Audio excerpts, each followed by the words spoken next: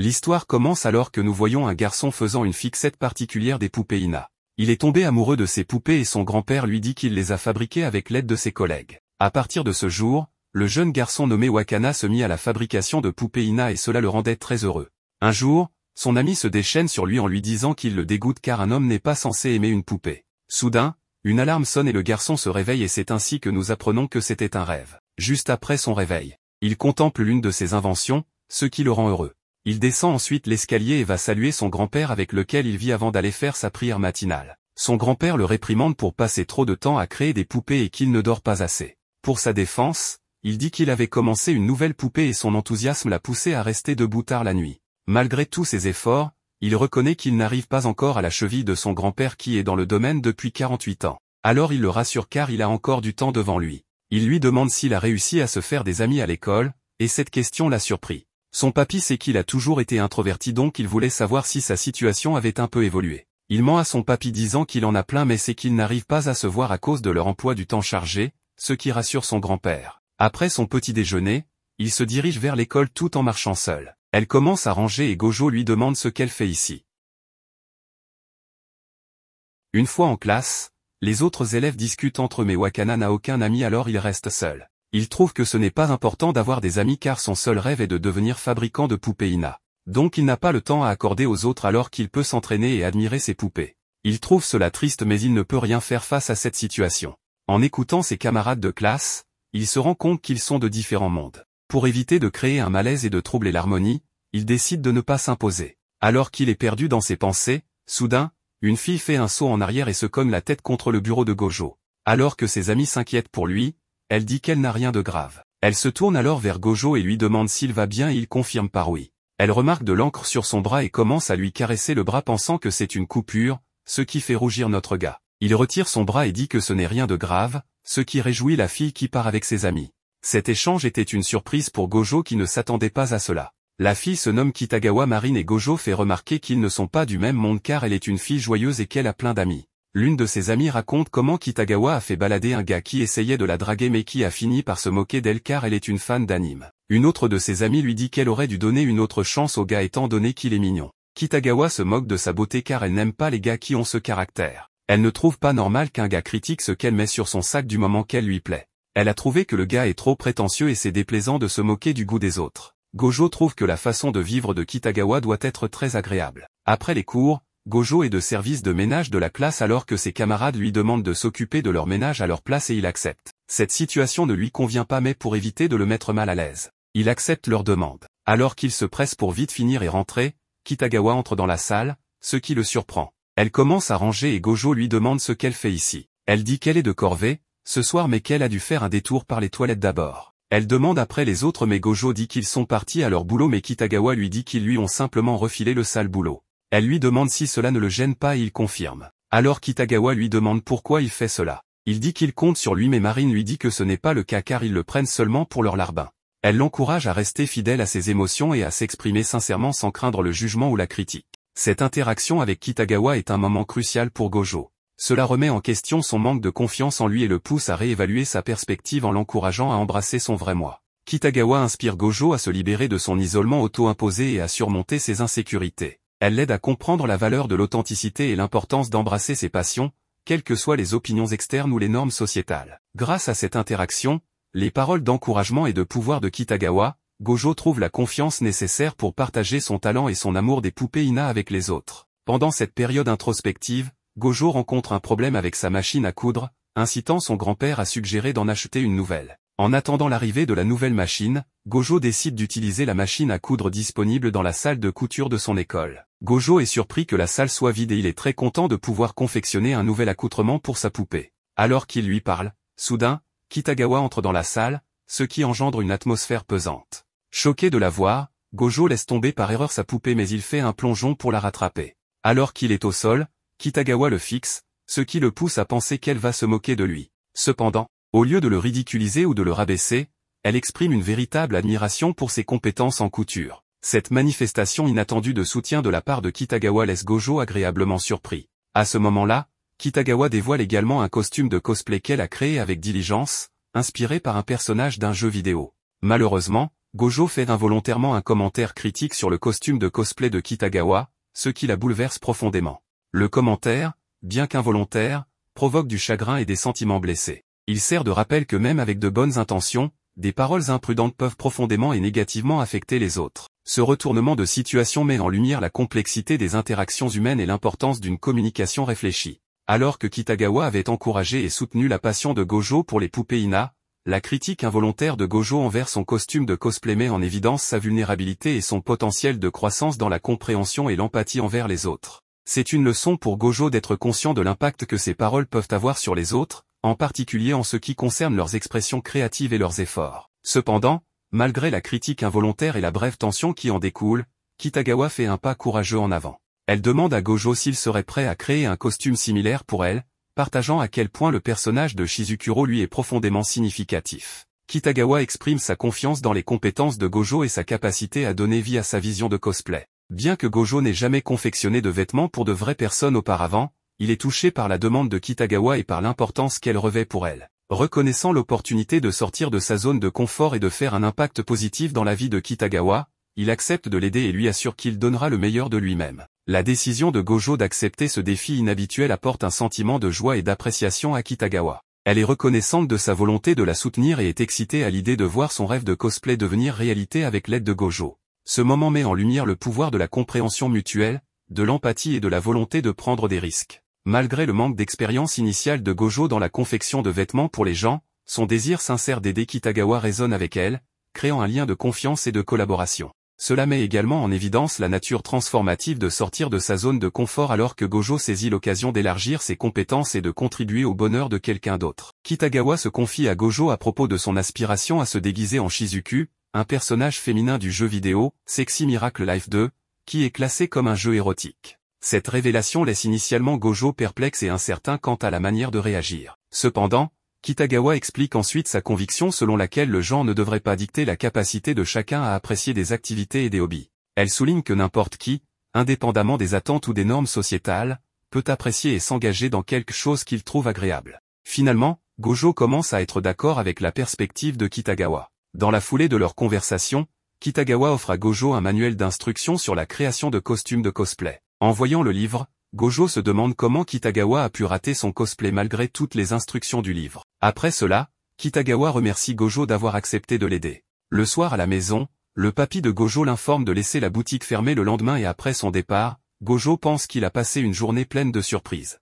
Le lendemain, Kitagawa surprend Gojo en visitant avec enthousiasme son atelier. Gojo est surpris étant donné qu'ils se sont donné rendez-vous le lundi mais Kitagawa révèle qu'elle ne pouvait pas attendre. Il lui demande comment elle a eu son adresse et elle lui révèle qu'elle l'a trouvée sur internet. Elle lui offre des cheesecakes et elle s'invite de son chef à l'intérieur de la maison. Elle monte à l'étage et rentre directement dans la chambre de Gojo et elle est surprise par le décor. Alors qu'elle admirait la chambre, le cœur de Gojo bat tellement fort qu'on aurait dit un grondement de tonnerre. C'est la première fois qu'une personne à part son papy entre dans sa chambre et par-dessus tout, la fille la plus populaire de son lycée. Maintenant qu'il arrive à se calmer, Kitagawa lui demande de prendre ses mensurations. Cela le prend au dépourvu et il se sent mal à l'aise à l'idée de prendre ses mesures car d'après le manuel de cosplay, elle doit être dévêtue. Pour empirer les choses, Kitagawa qui est imperturbable, révèle qu'elle était préparée en portant un maillot de bain sous ses vêtements. Sensible à l'inquiétude de Gojo concernant un éventuel embarras, Kitagawa l'assure qu'elle ne se sent ni honteuse ni consciente de la situation. Cette série d'événements souligne la détermination et la confiance de Kitagawa à poursuivre sa passion pour le cosplay,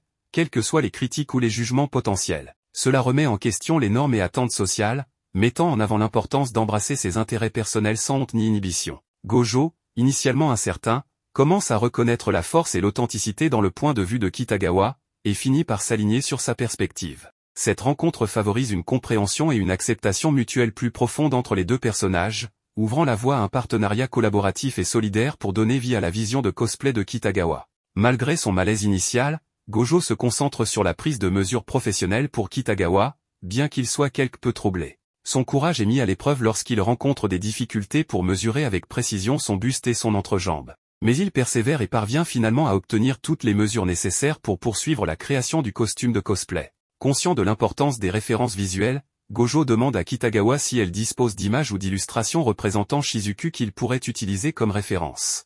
En réponse, Kitagawa partage les titres des deux jeux Sexy Miracle Life, fournissant à Gojo une compréhension globale du matériel source et lui permettant de rassembler des références visuelles pour le personnage Shizuku.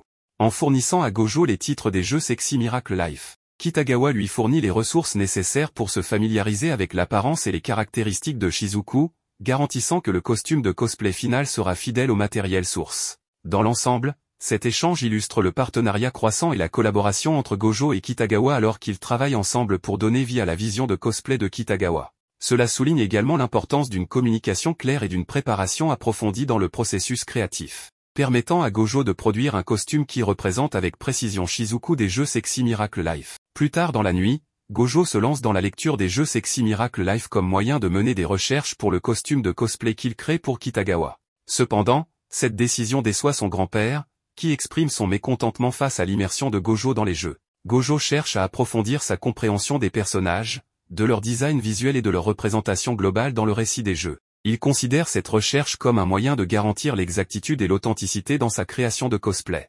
Cependant, le grand-père de Gojo exprime sa déception face au choix de Gojo de s'engager dans des jeux qui peuvent être considérés comme inappropriés ou destinés aux adultes. Il est probable que son grand-père ait des réserves concernant le contenu et les thèmes associés à de tels jeux, et il peut être préoccupé par l'exposition de Gojo à un matériel explicite ou mature. Cette différence de perspective entre Gojo et son grand-père met en lumière les écarts générationnels et culturels qui peuvent exister lorsqu'il s'agit d'évaluer et de comprendre différentes formes de médias. Une nuit, Gojo fait un rêve bizarre à propos de Kitagawa. Elle porte la robe tout en restant dans son personnage. Kitagawa l'appelle maître et lui demande de regarder ses parties intimes. Le lendemain matin à l'école, il se demande comment il est censé l'affronter après ce rêve honteux. Dès qu'il voit Kitagawa, il s'excuse, même s'il ne lui dit pas de quoi il s'agit, laissant Kitagawa confuse.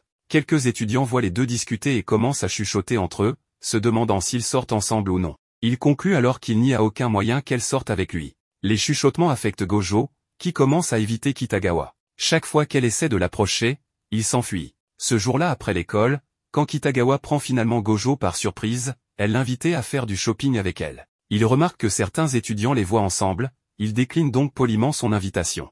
Il s'enfuit à nouveau et se cache derrière un coin.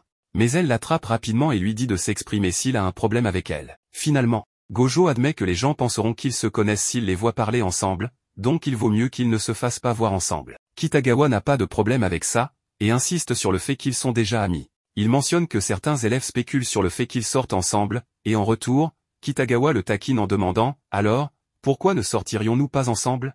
Cela le met mal à l'aise. Malgré cela, elle réussit à le convaincre d'aller faire du shopping avec elle cet après-midi-là. Dans la boutique spécialisée, il y a toutes sortes d'articles dédiés aux besoins de cosplay. Kitagawa choisit le tissu à utiliser pour son costume lorsque Gojo lui tend un guide très détaillé avec une vue grand angle de son costume. Elle est émerveillée par son attention aux détails et sa capacité à concevoir un tel guide en si peu de temps. Il lui indique également les matériaux dont ils auront besoin pour terminer le costume. Après avoir discuté du plan, il se tourne vers le tissu pour en choisir un qui serait idéal. Kitagawa recommande un tissu mais Gojo lui en recommande un autre avec une meilleure qualité, car l'académie de Shizuku est une école prestigieuse. Après avoir fait le choix, Gojo commence à s'inquiéter car il n'a pas d'argent sur lui mais Kitagawa le surprend en lui remettant une enveloppe de cash. Avec cet argent, ils ont fini d'acheter tout ce qui leur est nécessaire. À la sortie, Kitagawa le remercie d'avoir porté le sac de course et il se prépare à aller dans une autre boutique. À l'intérieur, Gojo est surpris par le décor et toutes les différentes gammes de produits disponibles dans la boutique. Kitagawa se dirige vers le produit qu'elle recherche mais Gojo lui fait remarquer que cela ne correspond pas au personnage de Shizuku,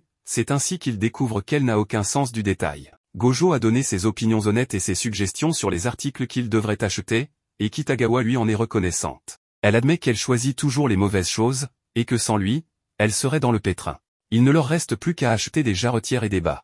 Gojo entre nerveusement dans une lingerie avec Kitagawa. Étant le seul homme dans la boutique, il est trop gêné, mais heureusement, son tourment prend bientôt fin et ils se rendent dans un restaurant pour manger. Pendant que les deux discutent, des gens dans la file entendent leur conversation sur Sexy Miracle Life. Kitagawa demande à Gojo jusqu'où es-tu allé dans Sexy Miracle Life et Gojo dit qu'il s'est arrêté à la partie où un gars se tient devant toute l'école à l'assemblée du matin et ne pouvait s'empêcher de partager son lait. Les gens qui ont entendu cette conversation entre eux sont trop abasourdis, l'un d'eux commente même que les lycéens de nos jours sont terrifiants. Après une longue journée, Gojo et Kitagawa rentrent chez eux. Elle lui montre des photos de cosplayers, les admirant et disant qu'ils sont très beaux. Remarquant son silence, elle lui demande s'il ne les trouve pas beaux, et il dit que ce n'est pas ça. Gojo explique qu'il est fils unique, et que la première fois qu'il a vu une poupée Ina, c'était chez son grand-père. Quand il en a vu une, il n'arrivait pas à croire qu'une chose aussi belle existait dans le monde. Il en était tellement ému. Cela lui a fait réaliser que le mot beau existait pour des choses comme ça. Depuis lors, beau est associé à des choses très spéciales pour lui, donc il ne peut pas dire le mot à moins de le ressentir absolument du fond du cœur. Kitagawa respecte cela et lui dit qu'il est important d'avoir des choses sur lesquelles on refuse de faire des compromis. Il continue à marcher vers la maison, et Gojo insiste pour payer sa part des ramens qu'ils ont eu plus tôt. Elle lui dit que ce n'est pas la peine. Elle est juste vraiment heureuse car ce n'est pas souvent que quelqu'un joue à un jeu qu'elle recommande. Et là, Gojo se retrouve avec cette fille brillante et joyeuse qui vit dans un monde différent du sien. À cause de son amour pour les poupées Ina, il s'est tellement acharné à garder son monde petit, mais maintenant, c'est à cause de ce même amour, de cette même passion que Gojo a trouvé quelqu'un qu'il peut appeler son ami, quelqu'un qu'il accepte tel qu'il est. Maintenant, debout dans le train, il pense qu'il a juste 2 semaines pour terminer ce travail. Pour faire les costumes de ses poupées Ina, cela prend plus d'1 semaine. S'il doit en faire un autre pour quelqu'un d'autre, cela prendra encore plus de temps, et c'est sa première fois à le faire, donc il ne sait même pas si tout cela est possible en 2 semaines. Il commence à s'inquiéter beaucoup et, dans son esprit, se dit que s'il n'arrive pas à terminer la robe à temps, Kitagawa sera très déçu et lui aussi. En sortant de ses pensées, il se dit que dès qu'il arrivera à la maison, il commencera par créer un patron et commencera à découper le tissu, et il se demande combien de temps cela prendra, probablement 2 ou 3 jours. Puis il réalise qu'il n'a plus beaucoup de temps pour faire la robe. La situation devient critique et tout le monde dans le train le regarde. Ensuite, nous voyons qu'il arrive à la maison et son grand-père lui dit qu'il est rentré tard. Il s'excuse et dit qu'il a oublié de prévenir qu'il était allé faire du shopping avec un ami. Son grand-père est heureux qu'il passe du temps avec ses amis. Mais les sacs de shopping tombent et des bas tombent de l'un d'eux. En voyant cela, son grand-père fait un mauvais pas et tombe puis se blesse, alors il l'emmène à l'hôpital.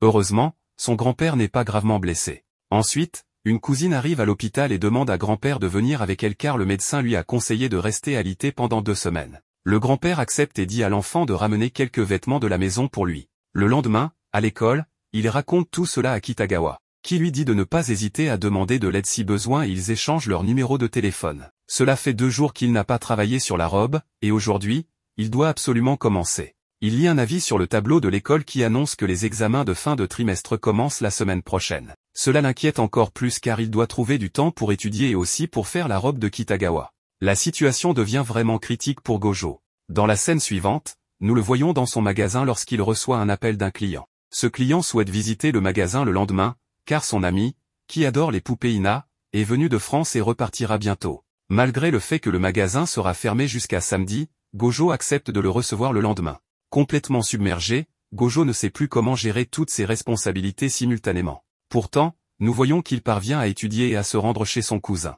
Le lendemain, il gère bien le client et, le soir, il se consacre à la fabrication de la robe. Ensuite, en classe, il continue de planifier la fabrication de la robe et dès que la classe se termine, il se précipite chez lui. Kitagawa, elle, ne comprend pas pourquoi Gojo agit ainsi. Elle pense que peut-être, après la fin des tests, il est allé voir son grand-père. Elle espère qu'il va bien, mais en arrivant chez Gojo, elle voit que tout est en désordre, comme si personne n'avait nettoyé depuis longtemps. Gojo, allongé sur son lit, se plaint de maux de tête et sent qu'il est sur le point de tomber malade. Il ne peut pas se concentrer sur quoi que ce soit, et la robe n'est toujours pas prête. Il aperçoit alors un pinceau et se souvient que lorsque son grand-père était à l'hôpital, il avait demandé à ce qu'on lui apporte ses pinceaux. Gojo se rappelle que son grand-père disait toujours que s'il ne pratiquait pas un jour, il lui faudrait 3 jours pour rattraper le retard. Gojo pense à quel point il est difficile de devenir maître dans quelque chose que l'on aime vraiment, et il commence à douter de lui-même. Plongé dans ses pensées, il se souvient d'un moment de son enfance où il disait à son grand-père combien il trouvait difficile de fabriquer des poupées Ina.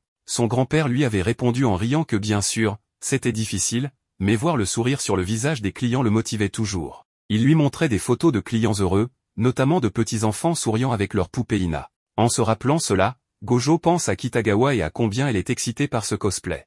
Il se souvient de son sourire et du temps passé avec elle. Cela le motive à se lever de son lit et à commencer à travailler sur la robe. Le lendemain matin, Kitagawa reçoit un message de Gojo sur son téléphone disant « C'est fini ». Kitagawa se rend chez Gojo et, en voyant son costume, elle est d'abord choquée. Gojo lui explique que cela a été très difficile à fabriquer. Mais il est content de l'avoir terminé à temps pour qu'elle puisse aller à son événement de cosplay. Kitagawa, surprise, lui répond « Est-ce que tu pensais vraiment que je devais y aller pour l'événement d'aujourd'hui ? J'attendais juste que tu finisses ton costume pour aller à un événement quand tu serais prêt. » Gojo est surpris, mais Kitagawa se met à pleurer, réalisant qu'elle aurait dû être plus claire avec lui. Elle s'excuse pour ne pas lui avoir dit plus tôt, ajoutant qu'elle pensait qu'il passait du temps avec son grand-père après l'école, mais qu'il avait fait tant d'efforts pour elle. Gojo lui dit que c'est sa faute de ne pas en avoir discuté avec elle auparavant, mais Kitagawa continue de pleurer et de s'excuser. Ne sachant comment la calmer, il lui propose d'essayer la robe pour qu'il puisse voir comment elle lui va et pour qu'elle puisse voir à quoi elle ressemblera avec sa perruque et son maquillage. Il lui explique qu'il a fait tout cela pour la rendre heureuse et lui demande si elle l'est. Kitagawa sourit à travers ses larmes et le remercie. Elle lui dit qu'elle est vraiment très heureuse. Gojo lui demande alors si elle ne veut pas ressembler à Shizuku, et commence à l'aider à se coiffer. Il lui explique quel rouge à lèvres et quel fard à paupières utiliser pour compléter le look. Gojo lui dit qu'elle aura besoin de fossiles et Kitagawa dit qu'elle n'en a pas mais Gojo la rassure disant qu'il en a en réserve. Kitagawa, surprise, lui demande s'il a une petite amie puisqu'il semble si bien connaître le maquillage. Gojo répond en paniquant qu'il n'a pas de petite amie, mais qu'il utilise ses produits pour fabriquer des poupées Ina. Il lui montre une de ses poupées, qui a des lèvres brillantes et un joli blush, et dit qu'il espère un jour pouvoir créer des poupées aussi belles. Kitagawa, touché par ces paroles, lui dit qu'il y arrivera certainement un jour, ce qui rend Gojo très heureux. Ils continuent de sourire ensemble, et Kitagawa réalise qu'elle n'a jamais vu Gojo aussi heureux auparavant. Gojo continue de l'aider avec son maquillage, et il réussit à la faire ressembler exactement à Shizuku. Enfin, Kitagawa enfile son costume et se présente devant Gojo, qui reste bouche bée. En la voyant, il est émerveillé et elle lui demande si elle ressemble à Shizuku, ce que Gojo confirme. Elle devient heureuse et dit à Gojo qu'il est génial et que tout cela c'est grâce à lui. Il demande alors comment elle va et si elle se sent bien. Elle dit que ça va, mais que c'est un peu plus difficile de lever les bras, mais que ses sacs vont parfaitement. Cette jupe a la longueur parfaite aussi. Bien joué, Gojo. Gojo répond qu'il est flatté, mais qu'il y a encore beaucoup à faire. Marine dit qu'elle est tellement excitée et que c'est parfait. Gojo lui dit de se calmer. Elle ajoute ensuite qu'elle veut prendre des photos. Maintenant, Gojo prend ses photos. Alors que Marine regarde une photo, Gojo lui dit qu'elle devrait poser plus comme Shizuku. Elle dit d'accord, prenons une photo ici et qu'elle va poser comme elle. Mais quand elle pose, elle rit. Elle est tellement excitée et heureuse qu'elle ne peut pas s'arrêter de rire. Maintenant, elle essaie à nouveau sérieusement. Gojo prend une photo et dit que celle-ci ressemble à Shizuku. Et maintenant, il continue à prendre ses photos et chacune de ses poses ressemble à Shizuku. Après avoir terminé, elle regarde les photos et dit qu'elle les télécharge en ligne. Elle dit que ces photos sont mignonnes et ajoute qu'ils devraient aller à l'événement cosplay de demain. Le lendemain, ils arrivent à l'événement cosplay. Les yeux de Marine brillent d'excitation en voyant beaucoup de cosplayers. Elle regarde ensuite les cosplayers un par un et dit qu'ils sont incroyables et qu'elle fait ses débuts en cosplay en ce moment. Elle est heureuse. Mais quand elle regarde le visage de Gojo, il est en sueur froide. Il dit qu'il ne devrait pas être ici. Il y a trop de femmes autour. Il dit que tout le monde les regarde. Marine dit qu'elle pense qu'il regarde à cause de sa tenue incroyable. Gojo dit que non, c'est parce qu'il n'a pas sa place ici. Elle dit que c'est probablement parce que c'est le meilleur sac ici. Ensuite, il monte. Elle dit que tout est super détendu ici. Elle aperçoit une cosplayeuse et dit de regarder, qu'elle est tellement mignonne. Juste à ce moment-là, un photographe apparaît et demande s'il peut prendre des photos. Il lui demande si elle porte un cosplay de Shizuku, et avec un visage tout illuminé, Marine confirme que c'est le cas. Gojo se met de côté pour regarder Marine. Elle pose comme Shizuku pendant que le photographe prend ses photos. Elle regarde ensuite la photo et dit que c'est super mignon. Elle dit ensuite de prendre un selfie ensemble. Alors que le photographe part, un autre arrive. Mais ensuite, il réalise que traîner avec Marine comme ça va se terminer aujourd'hui. Il pense qu'il n'a jamais eu d'amis. Marine est la première à devenir son amie et traîner avec elle était tellement amusant. Juste à ce moment-là, Marine cherche Gojo et quand elle le trouve, elle se sent soulagée. Gojo ne peut pas la quitter des yeux. Après avoir terminé la séance photo, elle court vers Gojo. Elle s'arrête devant lui et dit qu'elle a cru qu'il avait disparu et qu'elle a paniqué. Elle dit ensuite que ses vêtements sont sur le point de tomber. Gojo demande quoi. Elle répète et dit que la nuit dernière, elle regardait les photos qu'il a prises d'elle et que la poitrine de Shizuku aurait dû être plus grande, alors elle a mis un nouveau soutien-gorge aujourd'hui. Maintenant, sa poitrine est littéralement sur le point d'exploser. Il dit qu'il a fait le costume pour lui convenir parfaitement, donc il n'y avait pas de place pour un nouveau soutien-gorge. Elle dit ensuite que ce costume est lui-même trop chaud et qu'elle va mourir. Gojo réalise que c'est parce qu'il a choisi un tissu plus épais. Ils entrent pour qu'elle puisse se rafraîchir. Elle sirote une boisson froide et dit qu'elle se sent un peu mieux. Il lui donne une compresse froide qu'elle met sur son front. Elle dit que ça fait tellement de bien. Ensuite, elle essuie aussi la sueur de ses aisselles. Gojo trouve un moyen de la rafraîchir. Ils doivent desserrer ses vêtements pour échapper à la chaleur. Elle lui demande de défaire sa fermeture éclair et Gojo panique en disant qu'il ne peut pas, mais il réalise qu'elle semble vraiment mal en point. Avec beaucoup de courage, il défait sa fermeture éclair. Elle dit que ça fait du bien, tandis que Gojo devient tout rouge. Elle lui demande ensuite d'essuyer son dos. Il essaie de ne pas perdre son calme et commence à essuyer. Elle fait des bruits, alors Gojo lui dit de baisser la voix. Elle lui demande ensuite une serviette pour nettoyer sous sa jupe, car c'est tout étouffé à l'intérieur. Après avoir utilisé une serviette pour nettoyer sous sa jupe et avoir fait quelques ajustements pour renforcer ses vêtements, elle dit à Gojo de retourner dehors. Avant de rentrer chez eux, ils sortent et appellent un photographe. Elle s'excuse d'être partie comme ça plus tôt et dit au photographe qu'il peut prendre des photos maintenant. Elle prend la pause. Pendant cette séance, une forte rafale de vent soulève la jupe de Marine, révélant des marques sur ses cuisses. Gojo et le photographe deviennent tous les deux rouges, et elle clique accidentellement sur l'appareil. Elle dit qu'elle va les supprimer immédiatement, mais tout ce qui inquiète Marine, c'est de ne pas avoir pu prendre la pause qu'elle voulait. Après l'événement, ils rentrent chez eux en train. Marine remercie Gojo en disant que c'est grâce à lui qu'elle a pu aller à l'événement. Gojo répond que ça a été une grande expérience pour lui aussi, et qu'il s'est vraiment beaucoup amusé. Gojo devient un peu triste en pensant que c'est la dernière fois avec Marine. Juste à ce moment, Marine dit qu'ils vont faire un autre cosplay ensuite et qu'il y a d'autres cosplays qu'elle veut faire. Gojo est heureux. Marine remarque cela et dit qu'il semble super heureux.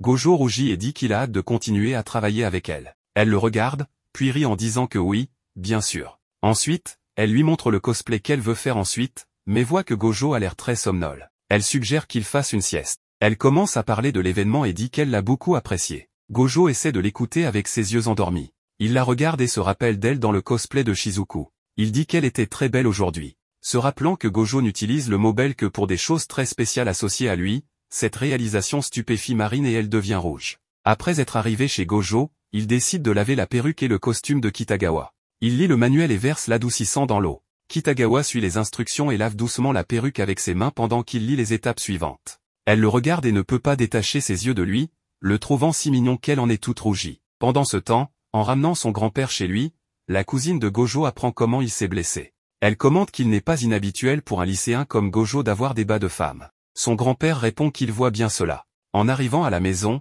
il voit Gojo tenant un costume de femme et l'apparition soudaine de Kitagawa le choque, ce qui le fait se cogner le dos contre la porte. Gojo applique alors des patchs chauffants sur son grand-père pour soulager la douleur. Le grand-père regarde Gojo qui lui dit qu'ils n'ont rien fait d'inapproprié. Le grand-père voit bien cela. En regardant de plus près le costume, il dit que c'est impressionnant. Gojo répond qu'il a encore beaucoup de travail à faire. Il commence à expliquer à son grand-père ses défauts et les domaines dans lesquels il doit s'améliorer. Pendant ce temps, Kitagawa fixe Gojo et pense qu'elle est complètement folle de Gojo. Elle est confuse, ne sachant pas si elle l'aime, au point d'en être amoureuse. Tandis qu'elle réfléchit à comment gérer cette situation, son estomac gargouille, attirant l'attention.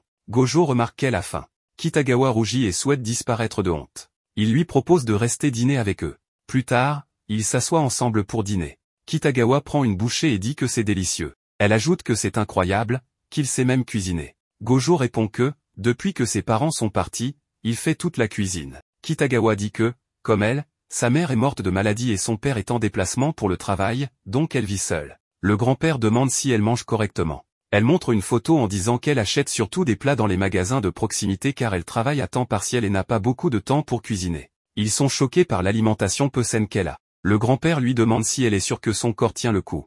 Elle montre une photo de yaourt et de lait du magasin en disant qu'elle en consomme tous les jours, donc ça va. Le grand-père lui dit de venir dîner chez eux à partir de maintenant. Après le dîner, Gojo l'accompagne à la gare. Elle le remercie pour le délicieux repas et dit qu'elle a apprécié discuter avec son grand-père. En arrivant à la gare, elle l'appelle par son nom mais ne peut pas détacher ses yeux de lui.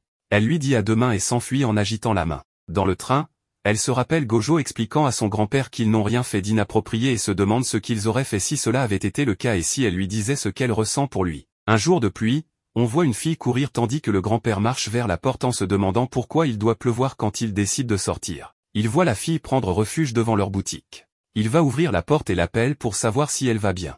Plus tard, Gojo revient de l'école et son grand-père lui dit qu'il sort et qu'une amie l'attend. En partant, Gojo se demande qui son grand-père a laissé entrer dans la maison, pensant qu'il n'a que Kitagawa comme ami. Il craint que ce soit un cambrioleur ou un escroc. Il confronte alors la visiteuse dans la salle de bain et l'attrape. Il est confus car la fille s'apprêtait à lui crier dessus mais glisse en arrière. Il se rappelle avoir dit à son grand-père que le visage des poupées Ina était doux et soyeux, tout comme la fille devant lui maintenant. La fille est totalement choquée et rouge de confusion. Ensuite, ils s'assoient tous les deux dans une pièce dans une situation embarrassante. Pour rompre la glace, il lui demande ce qui l'amène ici. Elle répond qu'elle est là pour le costume. Il pense qu'elle veut voir comment sont fabriquées les poupées Ina. Il lui demande alors son nom et son école pour l'inscription.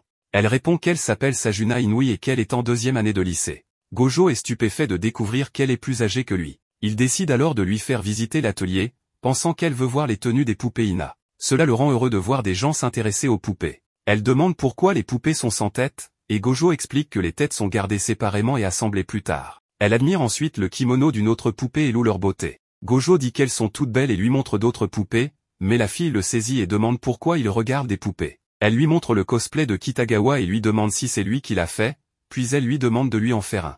Il répond qu'il ne fait pas ça pour des commandes commerciales, alors elle le fait chanter en disant que plus tôt, dans la salle de bain, il l'a vu, et que s'il ne fait pas le costume, elle le dénoncera comme voyeur, ce qui le ferait arrêter. Gojo est totalement choqué et effrayé. Elle lui dit alors qu'il va lui faire une tenue de Juju. Il se souvient que Juju est la cosplayeuse que Kitagawa admire le plus. Il se rappelle qu'ils avaient parlé de Juju, qui semble être une écolière mais qui est en réalité lycéenne. Il demande pourquoi elle est là. Elle répond qu'elle a vu les photos de Kitagawa, les a téléchargées et a découvert qu'elle allait à un événement cosplay, alors elle y est allée déguisée. Ayant découvert que Gojo avait fait le costume, elle l'a suivi chez lui. Gojo pense que ses filles sont tenaces. À ce moment-là, Kitagawa lui envoie un message disant qu'elle arrive. En arrivant chez lui, Kitagawa est totalement choqué de voir Juju là. Kitagawa s'approche immédiatement de Juju et la bombarde de questions et de compliments. Gojo lui dit que Juju a vu ses photos et est venu. En entendant cela, Kitagawa explose de joie. Elle se rapproche de Juju en montrant son bonheur, mais Juju dit qu'elle s'intéresse au costume que Gojo a fait, pas à elle. Ils s'assoient ensemble, et Juju demande à Gojo de faire la tenue de Shion en version Black Lily pour elle. Elle explique que c'est un anime sur la princesse Shion qui réalise que sa sœur aînée, Néon, est en réalité son ennemi qui veut tout détruire. Cela brise le cœur de la princesse Shion, qui débloque ses pouvoirs cachés pour combattre sa sœur. Leur rivalité est très populaire parmi les fans de cet anime. Gojo dit que le cœur de Shion semble être profondément brisé, et Kitagawa acquiesce. Elle commence à expliquer les relations compliquées des personnages de la série, et Gojo est complètement perdu. Ensuite, Juju dit qu'elle veut une tenue parfaitement ajustée de Shion. Elle aime tellement le personnage qu'elle a même un porte-clés à son effigie. Kitagawa dit qu'elle aimerait aussi faire le cosplay de ce personnage alors Juju lui demande pourquoi elle ne le fait pas. Kitagawa répond qu'elle est trop grande par rapport au personnage et ne veut pas en ruiner l'image. Juju s'écrie qu'elle dit l'évidence. Intérieurement, elle pense que Kitagawa n'était pas sérieuse à propos du cosplay, mais en réalité, elle l'adore en tant que cosplayeuse. Elle s'excuse ensuite auprès de Kitagawa, qui ne comprend pas pourquoi exactement. Ensuite, Juju demande à Gojo ses coordonnées en précisant qu'elle veut parler du costume et sait que lui et Kitagawa sortent ensemble. Gojo panique et rougit en disant qu'ils ne sortent pas ensemble. Il essaie de garder son calme mais n'y arrive pas, tandis que Kitagawa semble super heureuse d'entendre cela. Kitagawa dit alors à Juju qu'elle aimerait faire le cosplay de Néon et lui demande de faire Shion avec elle, mais Juju refuse catégoriquement, ce qui fait éclater Kitagawa de rire. Marine essaie maintenant de la convaincre de faire du cosplay avec elle, mais elle répond que cela n'arrivera pas et qu'elle n'a pas l'intention de travailler avec d'autres cosplayers, en plus de louer un studio cette fois-ci. Marine imagine avec excitation la séance photo de Juju lorsqu'elle entend le mot studio. Elle lui dit qu'elle veut voir et demande si cela la dérange si elle vient avec elle, proposant de partager les frais du studio. Juju répond que les frais du studio sont chers. Gojo propose de partager les frais également, ce qui fait réfléchir Juju qui se dit que si elle partage les frais, elle pourra dépenser le reste pour le costume. Marine s'excuse de l'avoir dérangée et lui dit d'ignorer ce qu'elle a dit, mais Juju finit par accepter en disant que si Marine insiste, elle la laissera venir avec elle. Marine saute de joie et Juju précise que ce sera seulement cette fois. Gojo dit qu'il devra regarder l'anime pour faire le costume, et Juju demande si des photos de référence suffiraient. Gojo répond que regarder l'anime l'aidera à choisir le bon tissu. Il cherche ensuite sur son téléphone comment regarder l'anime Flower Princess. Marine dit qu'elle a la collection complète qu'il peut emprunter, mais qu'il y a 126 épisodes. Gojo transpire à l'idée de regarder autant d'épisodes. Tard dans la nuit, le grand-père de Gojo examine le visage d'une poupée Ina que Gojo a dessinée. Gojo pense qu'il a mal fait parce qu'il n'a pas pratiqué assez récemment, mais son grand-père lui dit qu'il s'est vraiment amélioré, surtout après avoir fait un costume pour Marine. Surpris, Gojo demande s'il est sérieux. Son grand-père lui dit qu'il a même bien fait son maquillage, comme il peint les visages de poupées avec beaucoup de concentration, et l'encourage à continuer ainsi, car cela portera ses fruits un jour. Le lendemain, Gojo sonne à la porte et Marine ouvre en s'excusant de s'être juste réveillée. Gojo est stupéfait par l'apparence et les vêtements de Marine. Tout ce dont il se souvient, c'est que quand ils ont pris ses mesures, elle faisait 20 cm. Marine l'appelle pour le sortir de ses pensées. Elle se regarde et s'exclame qu'elle n'a pas ses lentilles de couleur. Après cela, elle revient et invite Gojo à entrer. Gojo lui donne les puddings qu'il a apportés pour elle, qu'elle va mettre dans la cuisine. Gojo est là pour prendre des DVD pour regarder l'anime, mais il est tellement nerveux car c'est la première fois qu'il va chez un ami. Marine revient et dit qu'ils devraient regarder le DVD ensemble. Gojo est nerveux, mais il finit par accepter en disant merci de l'avoir invité. Marine dit que c'est sa chambre. Il voit qu'elle est remplie de posters d'anime, ce qui le rassure et il dit que c'est définitivement sa chambre. Il commence à regarder l'anime, en particulier la scène où Néon est tellement triste que ni ses parents ni son amoureux ne l'aiment. Elle veut mourir, mais à ce moment-là, ses pouvoirs cachés se déverrouillent et Néon se transforme en Black Lily, changeant complètement de personnalité. Gojo dit que c'est comme ça qu'elle change et devient maléfique. Ensuite, il voit la scène où Shion, en tant que Black Lily, se bat contre Black Lilia. Lorsqu'elle réalise que c'est sa grande sœur Néon, elle s'arrête et Néon en profite pour l'attaquer. En regardant la série, Marine et Gojo discutent des personnages. Quand Shion est vaincue, la princesse des fleurs apparaît et lui dit que les choses tristes et douloureuses ne dureront pas éternellement. Shion la fait taire en disant qu'elle ne comprendra jamais, et la frappe en ajoutant qu'elle est juste joyeuse, puis commence à se battre avec elle. Le crush de Shion, Sakuya, regarde ce combat avec son frère Soma, qui est le crush de Néon. Gojo commente qu'ils sont vraiment beaux. À ce moment-là, une pensée traverse l'esprit de Marine, est-ce un rendez-vous à domicile? Elle essaie de contenir son excitation, mais lorsqu'elle le regarde, elle pense qu'elle l'aime. Elle le regarde encore une fois et se demande ce qui lui arrive, ne voulant pas que ce moment se termine. Puis, son estomac gargouille et Gojo suggère de manger quelque chose. Marine propose de préparer à manger, ce qui rend Gojo heureux au début, mais il réalise rapidement qu'elle préparera probablement un repas pas sain du tout. Elle lui dit de la laisser faire, enlève sa veste, attache ses cheveux et met un tablier. Elle réfléchit à ce qu'elle pourrait préparer, vérifie le frigo et décide de faire une omurice, en imaginant servir le plat à Gojo avec amour écrit dessus. Elle commence à couper des oignons, ce qui lui fait pleurer les yeux. Elle se met à cuisiner et trouve que le goût est délicieux, se félicitant d'être un génie. Cependant, le résultat final est un échec massif lorsqu'elle essaie d'envelopper l'omelette autour du riz. Elle s'excuse auprès de Gojo et dit qu'il n'a pas à le manger, mais Gojo le mange quand même en disant que c'est délicieux. Elle lui demande s'il est vraiment sincère, et Gojo répond que c'est vraiment bon. Elle décide alors de manger aussi, et il pense qu'il cuisinera la prochaine fois. Une scène émotive se produit dans l'anime, et Gojo commence à pleurer. Marine lui offre un mouchoir. Dans la scène suivante, Juju regarde un croquis du costume que Gojo a fait avant de le coudre, tout en parlant avec lui au téléphone. Elle lui dit qu'elle lui enverra les fonds pour le tissu, mais il répond qu'elle peut payer après que le costume soit fait. Il mentionne ensuite qu'il regardait ses photos de cosplay et remarque que ses yeux ont l'air complètement différents sur certaines d'entre elles. Elle lui demande de passer un appel vidéo et lui montre le ruban qu'elle utilise pour changer la forme de ses yeux et lui explique comment le faire. Gojo la remercie et elle lui demande s'il ne le savait pas avant. Il répond que le cosplay était sa première expérience. Elle est étonnée qu'il ait fait un costume aussi parfait pour sa première fois. Elle dit alors qu'ils prendront des photos avec un appareil photo, et que c'est sa sœur cadette qui le fait pour elle. Il dit que c'est pour ça que ses photos sont parfaites, et elle répond qu'il les édite parfois. Gojo demande s'il peut rencontrer sa sœur pour apprendre à utiliser un appareil photo. Elle accepte et lui donne l'heure et le lieu. Il envoie alors un message à Marine à ce sujet et elle l'appelle instantanément pour lui dire qu'elle viendra avec lui. Elle dit à son ami de partir devant pendant qu'elle parle avec Gojo. Marine pense que la sœur de Juju pourrait être plus petite et mignonne, et elle est excitée de la rencontrer. Mais quand ils la rencontrent, ils sont totalement choqués. Elle n'est pas ce que Marine avait imaginé et est un peu timide avec une poitrine énorme. Marine demande sa taille, et Gojo veut l'arrêter mais réalise rapidement qu'elle parle de sa hauteur. Marine est émerveillée en voyant les photos que Shinju a prises de Juju. Elle s'exclame qu'elles sont super mignonnes. Juju explique qu'elle a juste demandé à sa sœur de prendre ses photos, mais que Shinju a créé un compte et a téléchargé les photos aussi. Shinju explique qu'elle voulait simplement que quelqu'un voie les jolies photos de sa sœur, alors elle a créé le compte et commencé à télécharger les photos. Ces photos ont reçu de nombreux j'aime et compliments, mais comme elle ne savait pas comment répondre à tous ces étrangers, elle les a finalement ignorés. Marine dit que Shinju doit vraiment aimer Juju, et Shinju répond avec enthousiasme qu'elle l'aime beaucoup, ce qui fait sourire Juju, bien que légèrement agacé. Shinju leur montre ensuite l'objectif numérique qu'ils vont utiliser pour la séance photo cette fois-ci. Marine trouve cela cool et Shinju explique comment il fonctionne et qu'il est possible d'utiliser différents objectifs pour prendre des photos. Gojo demande si photographier avec un réflexe numérique est très différent d'un smartphone. Shinju répond qu'un appareil photo offre une haute résolution et permet de prendre des photos avec l'arrière-plan flou, d'ajuster la vitesse d'obturation pour capturer clairement des pétales tombants ou flouter l'avant-plan pour rendre l'ensemble de la photo plus doux. Marine trouve cela très amusant. Shinju dit que prendre des photos de sa sœur la rend heureuse. Marine demande à Shinju si voir des cosplayers lui donne envie d'essayer. Shinju répond qu'elle aime juste prendre des photos. Marine prend l'appareil photo pour l'essayer et prend une photo de tout le monde. Gojo vérifie ensuite le prix du réflexe numérique et, en voyant le prix, s'exclame qu'il est trop cher. Marine lui dit qu'il est trop bruyant et il se sent encore plus accablé quand Juju ajoute que cela coûte encore plus cher avec d'autres équipements. Gojo n'en revient pas que les appareils photo que tout le monde avait lors de l'événement étaient si chers. Marine dit qu'ils continueront à utiliser des smartphones jusqu'à ce qu'ils aient assez économisé. Avant de partir, Juju propose d'aller repérer des lieux de tournage avant de louer. Marine et Gojo acceptent avec enthousiasme. Le lendemain, ils arrivent tous devant le studio, une vieille bâtisse un peu effrayante. Marine et Shinju entrent tandis que Gojo dit que c'est l'endroit parfait pour cosplayer la scène de dépression de Black Lily. Juju acquiesce et entre en disant que l'atmosphère est un peu effrayante. Marine dit qu'ils vont jeter un coup d'œil à l'étage et Gojo demande à Juju si cet endroit la met mal à l'aise.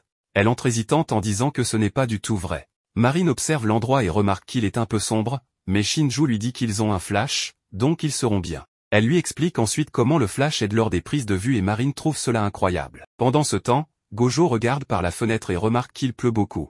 Il observe Juju qui semble avoir peur et s'approche d'elle pour lui demander si elle va bien. Elle répond qu'elle va bien, mais ce n'est pas vrai. Gojo lui propose d'explorer l'endroit pour elle, mais elle refuse en disant qu'elle va cosplayer Black Lily, donc elle le fera elle-même. Elle lui demande ensuite quels sont ses rêves futurs. Il répond qu'il veut devenir fabricant de poupées Ina, et elle trouve que c'est un rêve merveilleux. Elle partage ensuite son propre rêve, elle a toujours voulu devenir Black Lily depuis son enfance parce qu'elle est cool, forte et porte de beaux costumes. Elle était obsédée par Black Lily, mais à l'école primaire, elle a compris qu'elle ne pourrait pas avoir de pouvoir comme elle. Au collège, elle a découvert qu'on pouvait acheter des costumes et faire du cosplay. Elle en a acheté un, mais il était trop grand pour elle, et son premier cosplay était affreux. Cette fois, Juju sent que son rêve peut devenir réalité en cosplayant correctement Black Lily. Gojo lui demande pourquoi elle lui a demandé de créer un costume aussi important alors qu'il y a beaucoup de personnes plus qualifiées que lui. Elle répond qu'elle était jalouse de voir le cosplay parfait de Marine et qu'elle voulait également porter un costume fait par lui. Elle dit ensuite que c'était le coup de foudre en voyant son costume.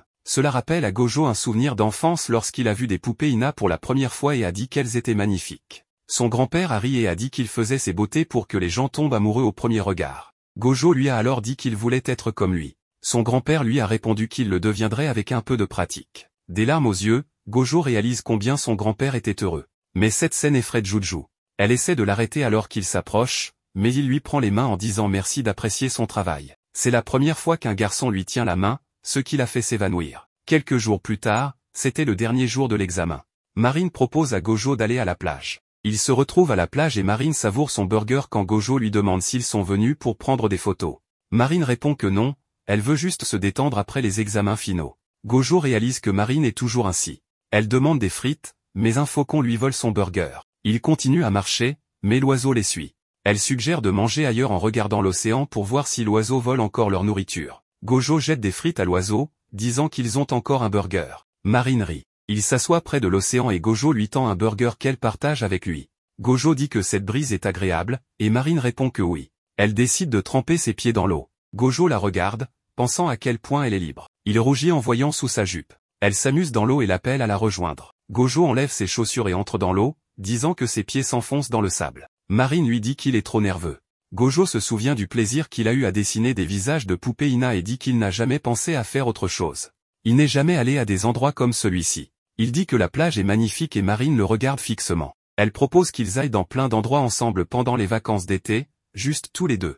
Gojo répond qu'il adorerait, mais elle réalise ce qu'elle vient de dire et s'écarte, rougissante. Elle se rafraîchit avec une bouteille d'eau froide, puis regarde Gojo et prend une photo de lui, pensant qu'il est super. Juste à ce moment-là, Gojo glisse dans l'eau et elle court vers lui pour lui demander s'il va bien. Dans la scène suivante, nous les voyons marcher vers la chambre de Gojo après être revenus du shopping. Soudain, Marine soulève sa jupe, et Gojo s'exclame qu'elle ne doit pas lui faire peur comme ça. Marine lui rappelle qu'elle lui avait parlé de ce nouveau maillot de bain qu'elle a acheté pendant qu'ils discutaient, mais qu'il n'avait jamais répondu. Gojo s'éloigne en disant de le laisser tranquille un moment. Marine demande ce qui se passe, et il lui dit de ne pas le toucher, s'il te plaît. Marine ne comprend pas pourquoi il agit ainsi, mais il est complètement gêné après l'avoir vu. Ensuite, Marine peint la pierre pour le cosplay et la fait sécher en remarquant que le résultat est super joli. Elle dit qu'elle est super contente et que ça fait du bien de se sentir utile. Gojo se sent utile en l'aidant avec le cosplay.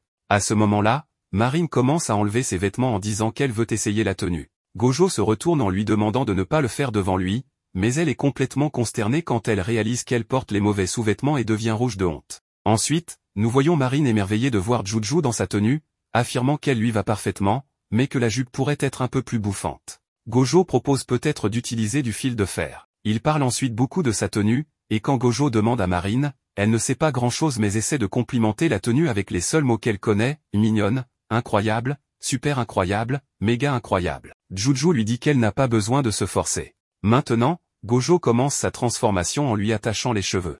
Juju regarde sa boîte de maquillage et lui donne des conseils pour un cosplay de Black Lobelia.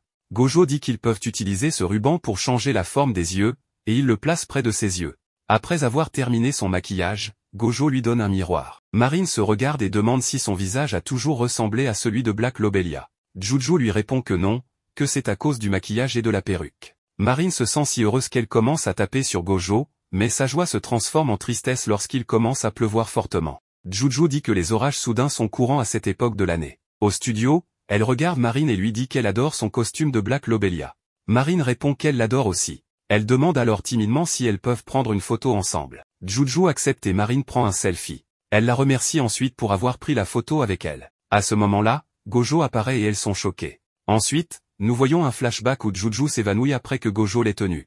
Plus tard, elle se sent morose car elle s'est évanouie. Elle regarde Gojo et se souvient de ce qui l'a fait s'évanouir. Marine dit alors qu'elle doit y aller parce qu'elle a du travail. Juju dit aussi qu'elle devrait partir. Avant de partir, Gojo dit qu'il doit parler de quelque chose. Ce jour-là, quand Marine a demandé si Juju voulait aussi faire du cosplay, il a pensé qu'elle avait refusé parce qu'il pourrait être difficile de le dire devant sa sœur. Mais comme elle reste silencieuse, Gojo s'en va. Elle l'arrête en disant qu'elle aimerait essayer le cosplay. Il y a un personnage qu'elle veut incarner, mais elle n'est pas aussi mignonne que sa sœur, alors elle finirait par avoir l'air bizarre et ça bouleverserait sa sœur. Gojo répond qu'à l'événement de cosplay, il a vu de nombreux cosplayers qui s'amusaient simplement à faire le cosplay qu'ils voulaient, indépendamment de leur apparence. Donc, il pense qu'elle devrait essayer le cosplay. Il est sûr que sa sœur ne la jugera jamais. En entendant cela, Shinju le remercie pour la motivation et lui dit qu'elle veut aussi faire du cosplay d'un personnage de Blaze. Gojo pense peut-être qu'elle veut faire le cosplay de la princesse Fleur, mais lorsqu'elle dit qu'elle veut faire le cosplay de Soma,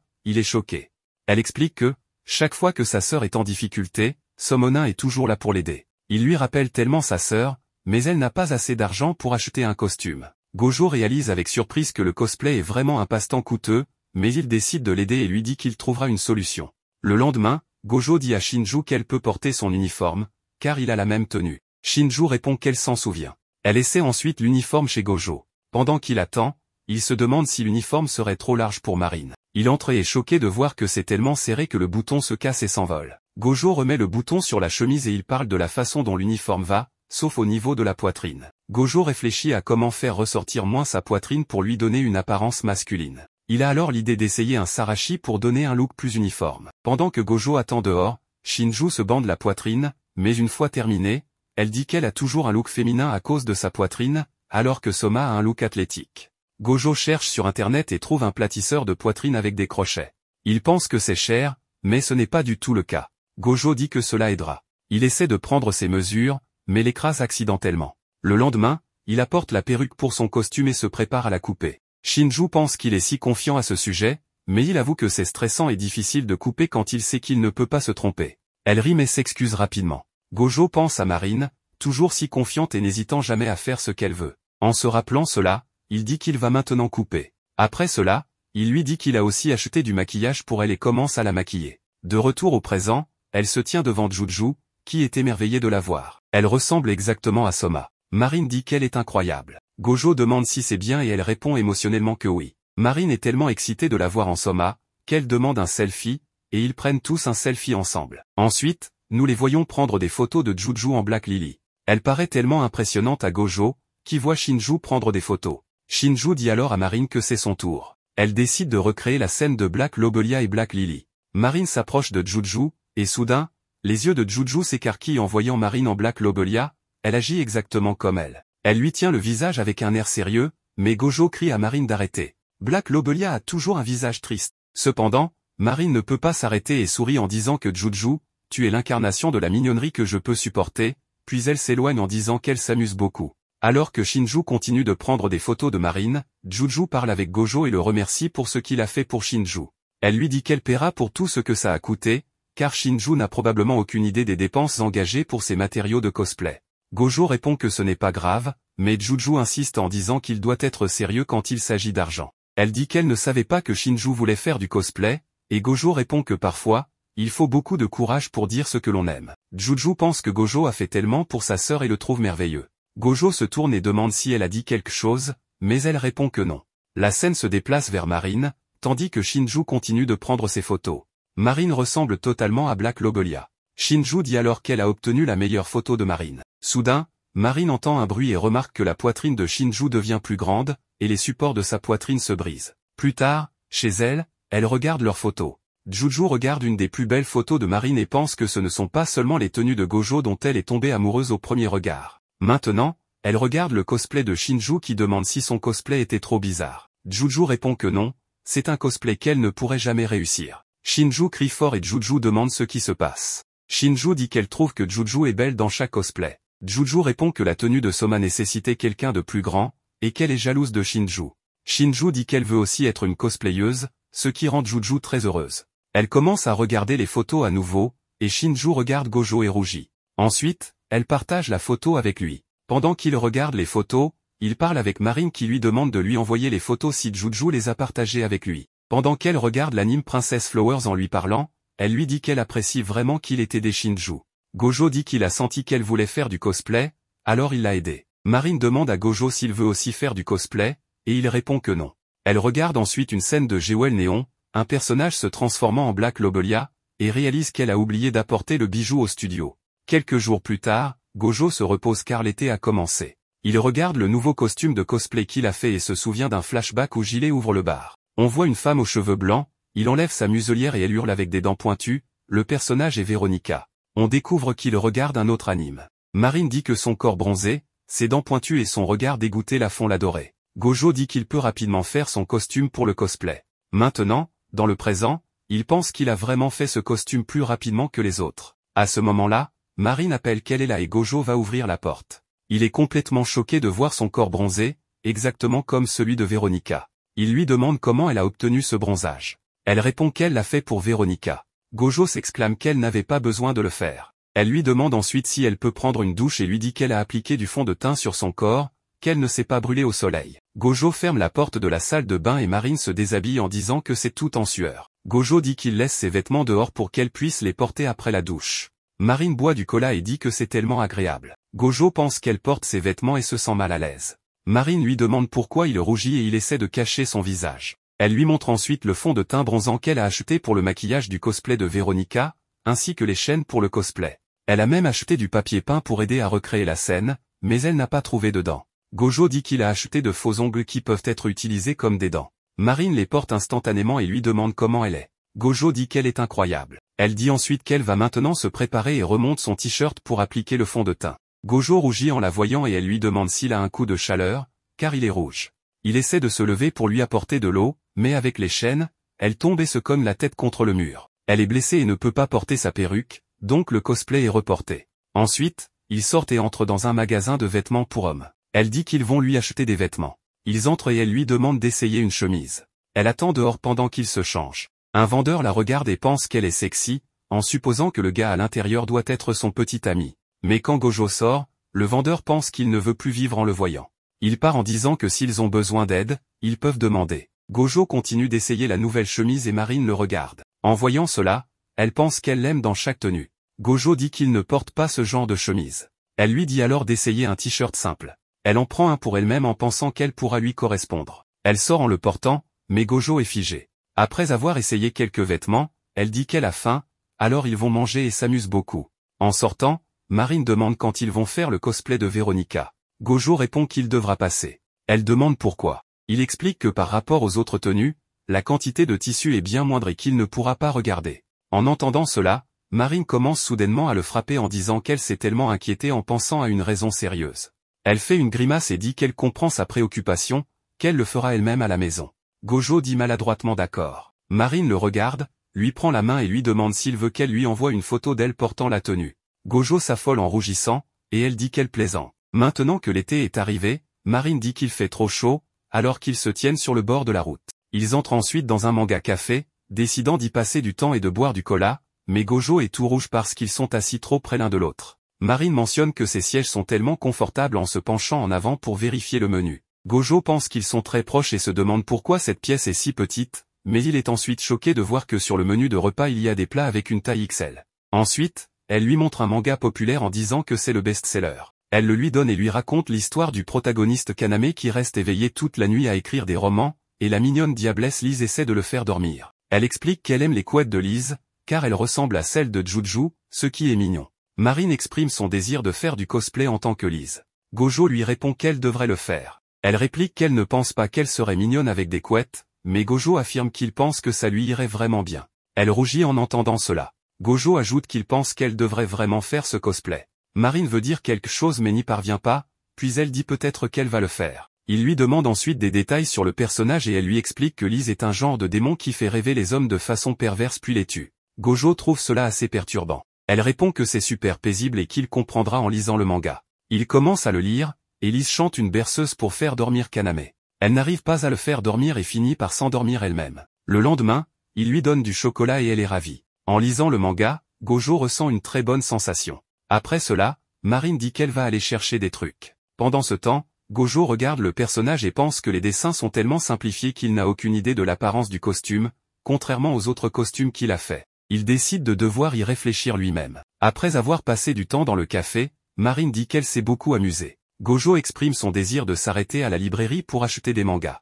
Elle accepte et ils y vont. Dans la scène suivante, Gojo est tout en sueur parce qu'il est assis dans un love hotel. À ce moment-là, un flashback montre le jour précédent où Gojo envoie un message à Marine pour lui dire qu'il a fini de faire le costume. Marine propose d'aller faire une séance photo au studio. Maintenant, ils sont debout devant le studio. Marine entre en disant qu'il est temps d'y aller. Il s'enregistre, car c'est une chambre d'hôtel pour une séance photo. En entrant, Marine s'enthousiasme en découvrant la pièce. Elle remarque ensuite un masseur électrique et fait remarquer qu'ils ont aussi cet appareil dans le Love Hotel. Gojo est complètement choqué et lui demande si elle a bien dit Love Hotel. Elle confirme et il commence à paniquer. Marine explique qu'elle a vu des photos de cet endroit sur internet et l'a réservé, mais en arrivant sur place, elle a réalisé que c'était un Love Hotel. Gojo, irrité, lui dit qu'elle aurait dû vérifier les détails. Il regarde autour de lui et pense que tout dans cette pièce semble si mature, ce qui le fait se sentir étourdi. Marine ajoute que parfois, les cosplayeuses passent des soirées entre filles dans un Love Hotel, en montrant des photos où elles semblent s'amuser. Elle dit ensuite qu'elle a faim et va commander quelque chose, mais Gojo l'arrête en disant que des mineurs comme eux ne devraient pas être là. Marine décide alors d'aller se changer pour ne pas gaspiller l'argent dépensé ici. Elle entre dans la salle de bain et dit que la baignoire est incroyable, en demandant à Gojo s'il veut entrer avec elle, ce qui le rend encore plus rouge. De retour au présent, alors qu'elle porte son costume, Gojo est assis dehors, en sueur parce qu'il est seul avec Marine dans le Love Hotel. Il allume la télévision pour se sentir mieux, mais comme du contenu pour adultes commence à être diffusé, il l'éteint brusquement. Marine apparaît soudainement, lui faisant peur, et dit que ce costume est tellement mignon, avec des boutons en perles. En le complimentant, Gojo explique qu'il a fait des recherches sur la tenue du personnage, car dans le manga, les choses ne sont pas claires. Il a donc recherché des tenues de démons et a ensuite fabriqué le costume. Marine dit que c'est pour cela qu'il est super bien fait. Elle s'assoit plus près de lui et lui dit que non seulement ce costume, mais tous les costumes qu'il fabrique sont les meilleurs. Gojo la remercie. Il commence ensuite à lui faire son maquillage. Une fois terminé, elle lui demande si elle est belle avec des couettes. Il répond que cela ressemble à Lise sortie tout droit du manga. Elle dit qu'elle est super embarrassée, et il lui dit qu'elle est magnifique, pensant qu'il parle de la perruque, ce qui la rend triste. Elle dit ensuite qu'elle aime beaucoup ses ailes. Gojo dit qu'il veut recréer certaines scènes, alors il a acheté des accessoires. Marine en prend un en disant qu'il se sent somnole. Gojo souhaite avoir pris des photos de cela. Il commence à la photographier. Elle dit qu'elle aime tellement ses ailes. Il la prend en photo dans différentes poses, recréant des scènes du manga. Dans la scène avec le chocolat, elle est adorable en mangeant, et il prend autant de photos qu'il peut. Elle boit ensuite du cola et dit qu'elle se sent tellement bien. Gojo lui demande maintenant de recréer la scène où elle chante une berceuse. Elle pose ainsi, mais la photo qu'il prend ne semble pas bonne, quelque chose manque, un contact visuel direct. Il a alors une idée et lui demande de monter sur lui. Elle accepte et s'assoit sur lui. Elle dit qu'elle est assise sur lui, prête à prendre la pose. Gojo dit qu'il est prêt et prend la photo. Elle la regarde et dit que c'est parfait. Marine dit qu'elle s'amuse beaucoup, et Gojo répond qu'il s'amuse aussi beaucoup. Mais il réalise alors dans quelle position ils se trouvent et qu'ils sont dans un Love Hotel. Il regarde Marine et se sent mal à l'aise. Il lui demande de se lever immédiatement et la tient accidentellement. Elle est sur le point de crier mais s'arrête, et son téléphone tombe sur l'interrupteur, éteignant la lumière. Ils se regardent, complètement rouges, et sont sur le point de s'embrasser quand le téléphone sonne. La direction de l'hôtel appelle pour dire qu'il est temps de partir. Marine dit qu'elle va se changer dans la salle de bain, pensant qu'ils étaient beaucoup trop proches. En quittant l'hôtel, un couple adulte passe à côté d'eux. La femme les regarde et pense qu'ils sont mignons ensemble. À la maison, Gojo ne peut pas sortir Marine de sa tête. Maintenant, nous voyons Gojo dessiner le visage d'une poupée Ina quand il aperçoit des feux d'artifice par la fenêtre. À ce moment-là, il reçoit un message de Marine disant « Aide-moi ». Gojo lui rend visite et apprend qu'elle a juste besoin d'aide pour faire des fleurs en ruban pour son nouveau cosplay. Elle lui raconte ensuite qu'elle a demandé à son père de l'emmener au festival, mais il a refusé parce qu'elle n'avait pas terminé ses devoirs. Gojo lui demande pourquoi, et elle explique qu'elle a réservé plusieurs jobs et a oublié de faire ses devoirs. Il lui demande quel travail elle fait, et elle lui montre un magazine. Gojo est étonné de la voir dedans. Elle explique que l'éditeur de ce magazine était au salon où elle va habituellement et lui a demandé si elle était intéressée, alors elle a tenté sa chance. Gojo lui dit qu'elle est superbe. Elle ajoute qu'elle fait plus de séances photo récemment parce qu'elle veut acheter un appareil photo réflexe numérique. Gojo est impressionné qu'elle envisage d'acheter un appareil photo si cher. Ensuite, elle propose à Gojo de regarder un film. Elle dit que c'est un film d'horreur, mais pas effrayant du tout. Cependant, c'est elle qui a le plus peur en regardant le film, tandis que Gojo n'a pas peur du tout. À la fin du film, il dit qu'il veut revoir une scène. Marine, effrayée, demande pourquoi, et il répond qu'il pourrait apprendre quelque chose des costumes et du maquillage. Marine se détourne pour ne pas avoir plus peur. Après cela, elle fait ses devoirs d'anglais et se sent heureuse de les avoir terminés, mais elle se souvient qu'elle a oublié ses devoirs de mathématiques à l'école. Ils y vont donc pour les récupérer. En quittant la classe, elle aperçoit la piscine de l'école et y entraîne Gojo. Elle dit qu'elle va juste tremper son pied, mais finit par tomber dedans. Gojo est totalement paniquée quand elle ne ressort pas et saute pour la sauver. En la ramenant à la surface, elle dit qu'elle a vraiment cru qu'elle allait y passer. Elle se relève et dit qu'elle ne sait pas nager, mais qu'elle aime tellement l'eau qu'elle va à la plage avec ses amis. Elle aime regarder l'océan, s'asseoir et écouter les vagues, donc elle aime y aller même si elle ne sait pas nager. Gojo dit qu'il ressent la même chose, même s'il ne sait pas encore peindre les visages des poupées, il les adore. Elle propose ensuite d'aller au festival ensemble. Gojo lui demande pour ses devoirs, et elle dit qu'elle les terminera super rapidement. Plus tard dans la journée, alors que Gojo peint le visage d'une poupée, il reçoit un message de Marine disant qu'elle fait ses devoirs. Le soir, alors que Gojo se prépare à partir pour le festival, son grand-père lui dit de faire attention et il lui dit au revoir. Il prend le train pour se rendre au festival et, en arrivant, il est impressionné par la foule. Il regarde les messages de Marine et l'attend. Elle arrive en s'excusant pour l'attente. Il ne peut pas détacher son regard d'elle. Elle lui demande comment elle est en yukata, mais il la fixe simplement. Elle lui demande ce qui ne va pas et devine qu'il fait partie de ces garçons qui s'excitent en voyant la nuque d'une fille. Il rougit et est incapable de dire quoi que ce soit. Son cœur bat la chamade en pensant qu'elle est contente d'avoir porté un yukata et essaie de montrer davantage sa nuque. Ensuite, elle lui montre un stand de pommes d'amour. Après en avoir acheté une, elle dit qu'elle va se régaler. Elle se dirige ensuite vers un autre stand, et Gojo remarque qu'elle est déjà passée à un autre. Elle l'emmène maintenant dans tellement de magasins qu'il commence à se sentir agacé. Elle dit ensuite qu'ils devraient aller sur la place pour manger, ce qui devrait leur suffire pour le moment. Alors qu'ils marchent et discutent, les feux d'artifice commencent.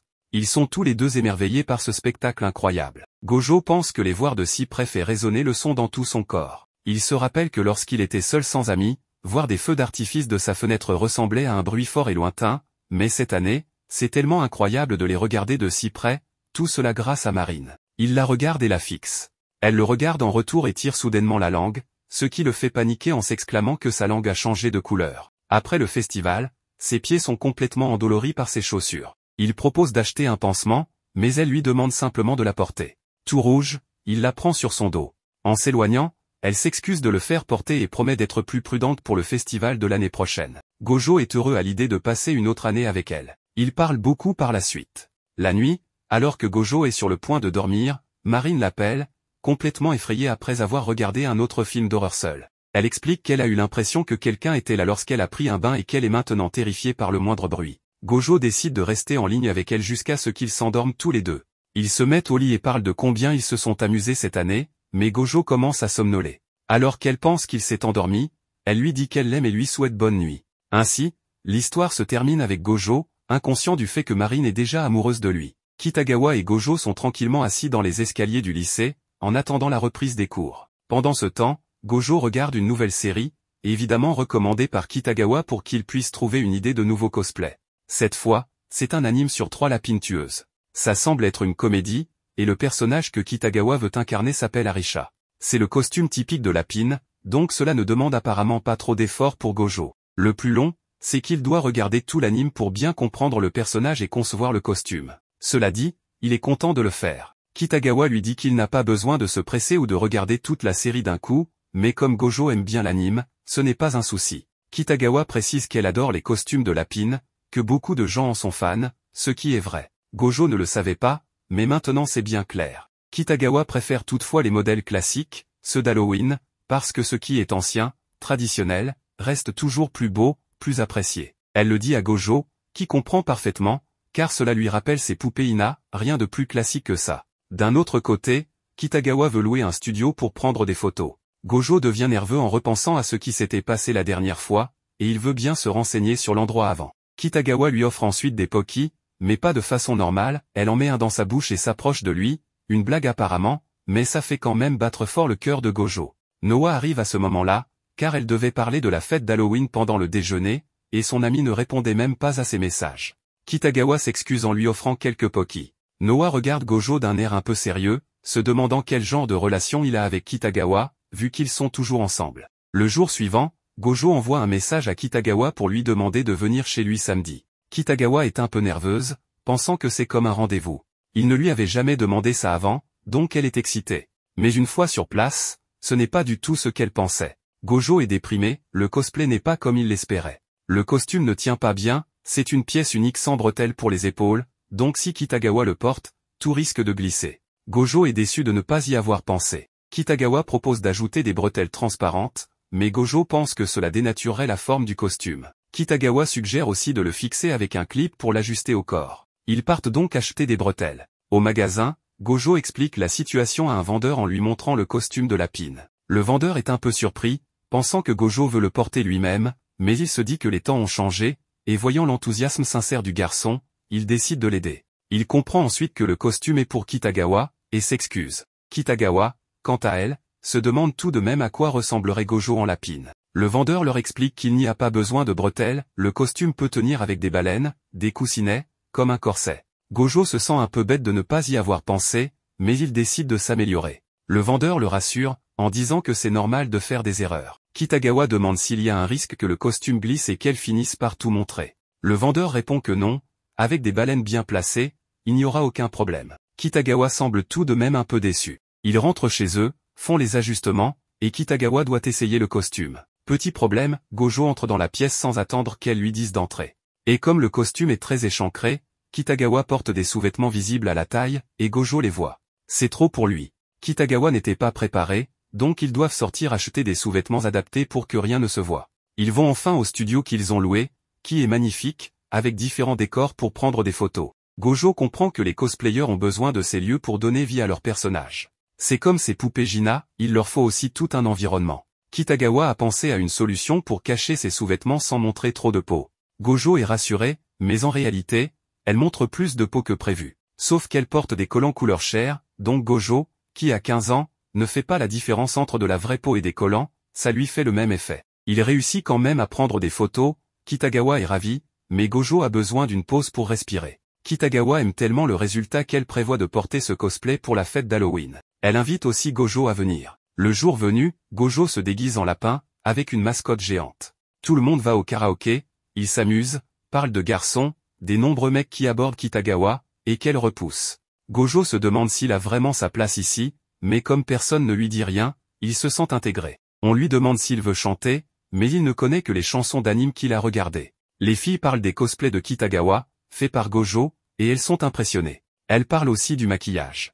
Un des amis de Kitagawa demande à Gojo s'il maquille aussi Kitagawa, en s'étonnant qu'un garçon sache faire ça. Pourtant, lui-même est déguisé en chat. Un autre ami dit que c'est normal, que son frère aussi se maquille et a étudié l'esthétique. Les hommes peuvent savoir maquiller. Personne ne juge Gojo, et cette fois, il se sent accepté. Alors qu'il est perdu dans ses pensées, Noa termine une chanson et demande dans le micro si Kitagawa et Gojo sortent ensemble, ce qui le fait recracher un peu de son soda. Avec la question de Noa, évidemment, tout le monde attendait une confirmation que Kitagawa et Gojo sortaient ensemble. Mais il déclare rapidement que ce n'est pas le cas.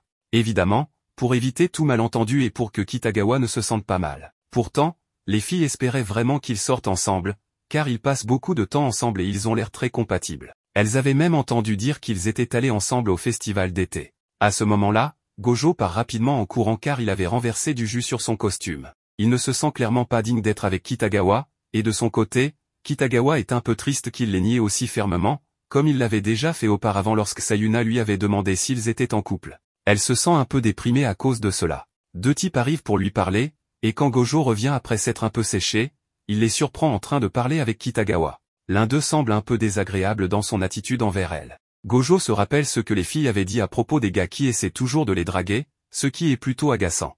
Il s'approche donc pour empêcher le type de toucher Kitagawa. Mais en réalité, ce n'étaient pas des types dangereux, c'était simplement deux esthéticiens du salon où Kitagawa va habituellement. L'un d'eux l'a critiquée parce qu'elle ne prenait pas assez soin de ses cheveux. Évidemment, Gojo se sent un peu honteux d'avoir mal jugé la situation et s'excuse beaucoup. Mais Kitagawa lui dit de ne pas s'inquiéter, qu'ils l'ont même invité à venir au salon pour une coupe quand il le souhaite. Elle se sent même un peu heureuse parce qu'il a agi pour la protéger, alors elle lui donne un petit bisou sur le costume. C'était mignon, mais Gojo croit qu'elle a claqué la langue, comme si elle était fâchée, et il pense qu'il a fait quelque chose de mal. Elle ne lui dit pas ce qu'elle ressent vraiment, rougit beaucoup, puis finit par partir. De retour en classe, Kitagawa ne vient pas et informe la professeure qu'elle est malade, qu'elle a attrapé un rhume. Tous ses camarades sont inquiets. Gojo lui envoie un message pour savoir si elle va bien et attend toute la journée qu'elle réponde. Mais comme elle ne répond pas, il craque. Il dit qu'il ne se sent pas bien et quitte l'école pour aller chez Kitagawa, sachant qu'elle vit seule. Il lui apporte des médicaments et quelque chose à boire pour qu'elle puisse aller mieux. Quand elle lui ouvre la porte, elle est sur le point de s'évanouir. Il commence alors à prendre soin d'elle. Il lui trouve des vêtements pour qu'elle puisse se changer, car elle est trempée. Il tombe sur les fameux t-shirts de Kitagawa. Gojo lui prépare du riz avec quelques épices pour qu'elle mange un peu.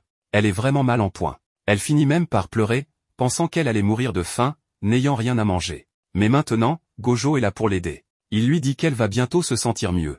Quand il se lève pour faire la vaisselle, elle l'arrête pour le remercier d'être là, juste de l'avoir accompagné. Un peu plus tard, elle commence à se sentir mieux, sa température baisse, et il reste même un peu de nourriture pour plus tard. Le problème, c'est que les amis de Kitagawa arrivent inquiètes pour elle. Gojo ne veut surtout pas qu'elle le voie là, car il avait prétendu être malade pour rentrer chez lui. Il prend alors ses affaires et se cache sur le balcon de Kitagawa, où il finit par attraper froid, car elle vit aux étages supérieurs. Une fois guéri, ils se rendent à un aquarium où a lieu un événement cosplay. Tout le monde est déguisé et peut prendre des photos. Kitagawa est ravie car elle tombe sur Subaru Sugawa, un personnage de Cosmo Lovers. Elle s'approche de la cosplayeuse et lui demande son nom, elle s'appelle Amane Himeno. Kitagawa engage la conversation avec elle, propose d'aller manger ensemble pour discuter et prendre des photos.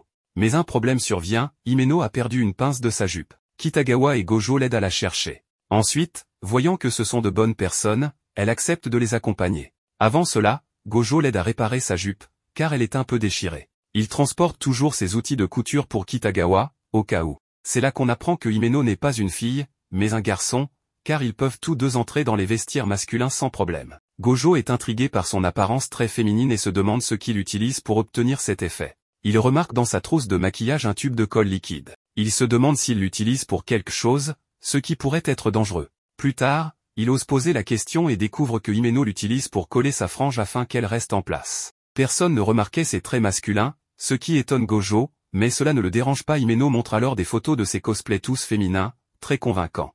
L'une d'elles montre Himeno avec une poitrine, ce qui surprend Gojo. Il lui demande si c'est une retouche photo, mais Himeno lui explique qu'il utilise des faux seins.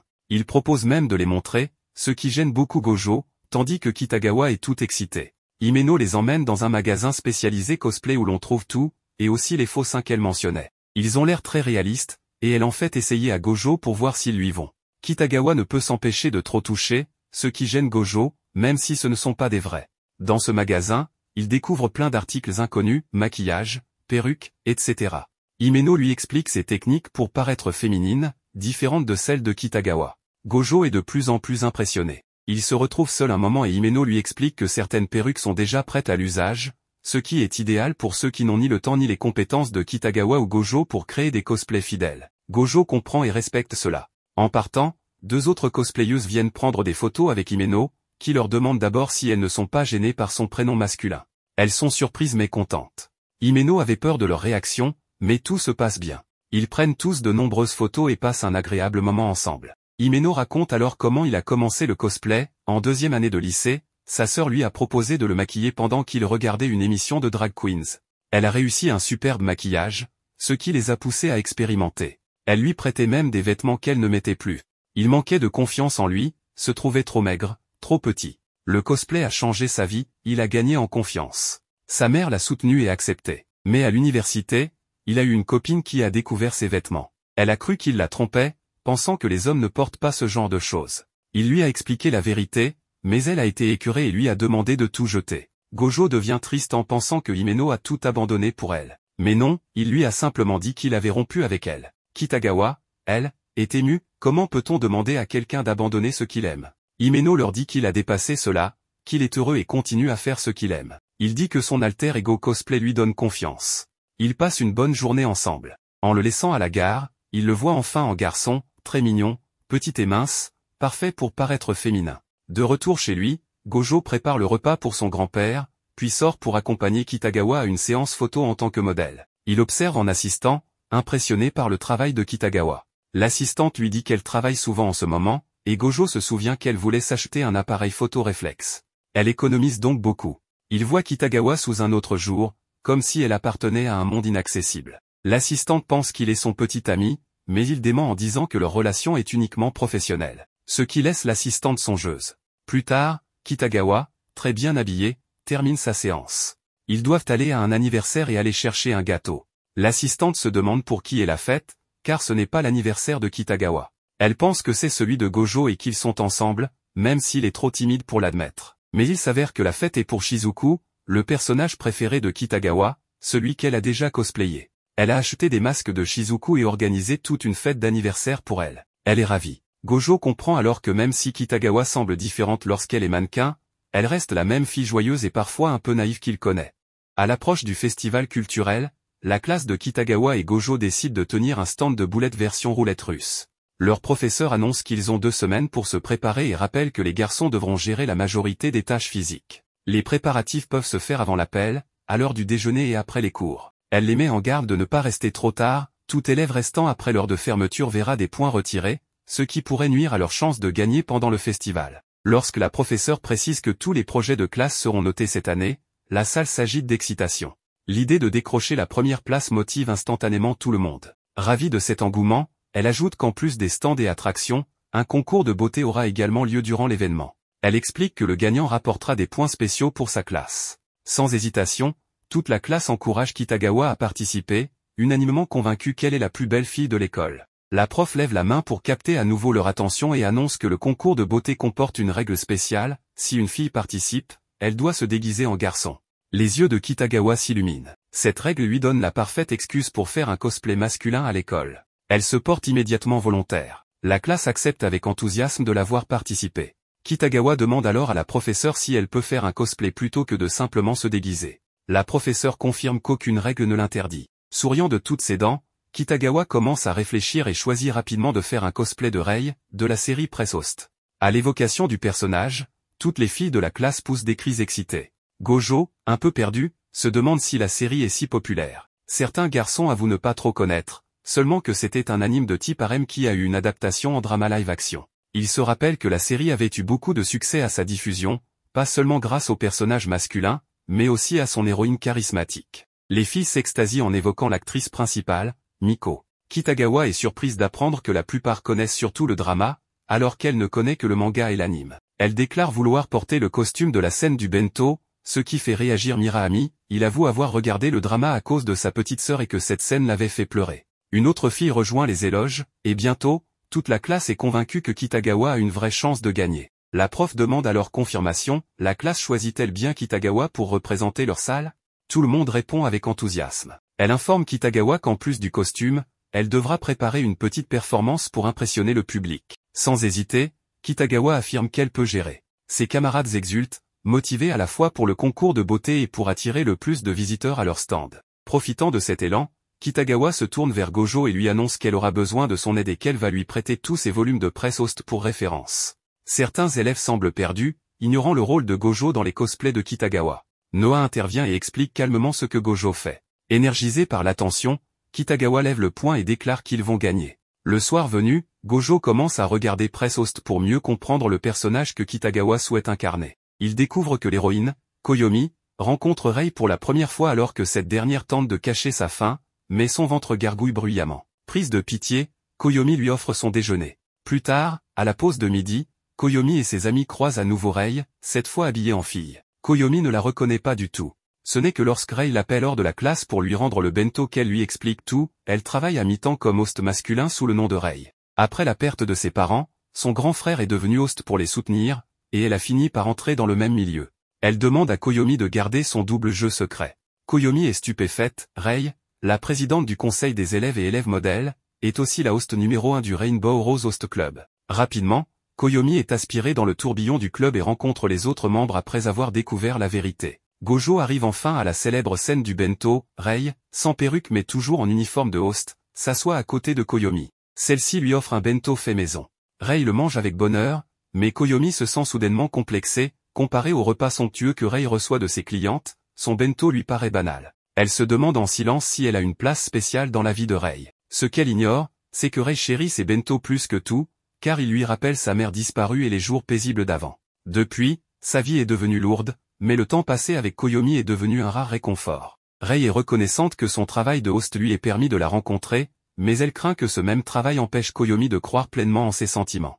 Gojo ne peut retenir ses larmes. Ému par la profondeur de l'histoire et l'intensité des émotions, il comprend enfin pourquoi Kitagawa et les autres sont si accrochés à cette série. Press Host est vraiment spécial. Dès qu'il en a l'occasion, il partage sa réaction avec Kitagawa, qui s'illumine de joie, exprimant à quel point elle aime la série et le personnage de Rei. Ils s'enthousiasment tous deux sur les émotions brutes et les conflits réalistes qui traversent l'histoire. Ils admirent à quel point Rei est à la fois cool et gentille, et comment chaque épisode révèle de nouvelles facettes de sa personnalité. Leur conversation glisse naturellement vers Tsumugi, la rivale amoureuse de Koyomi. Malgré son attitude froide et distante au début, elle a prouvé à maintes reprises qu'elle tenait profondément à Koyomi et à Rei. Gojo évoque un de ses moments préférés de l'anime, celui où Tsumugi défend Koyomi après qu'un groupe de hosts de Baran l'a harcelé en découvrant que Rei était une femme. Furieux qu'elle ait gardé le secret, ils se font rapidement rabrouer. Tsumugi leur rappelle que les clientes régulières de Rei connaissent la vérité et choisissent de la soutenir malgré tout.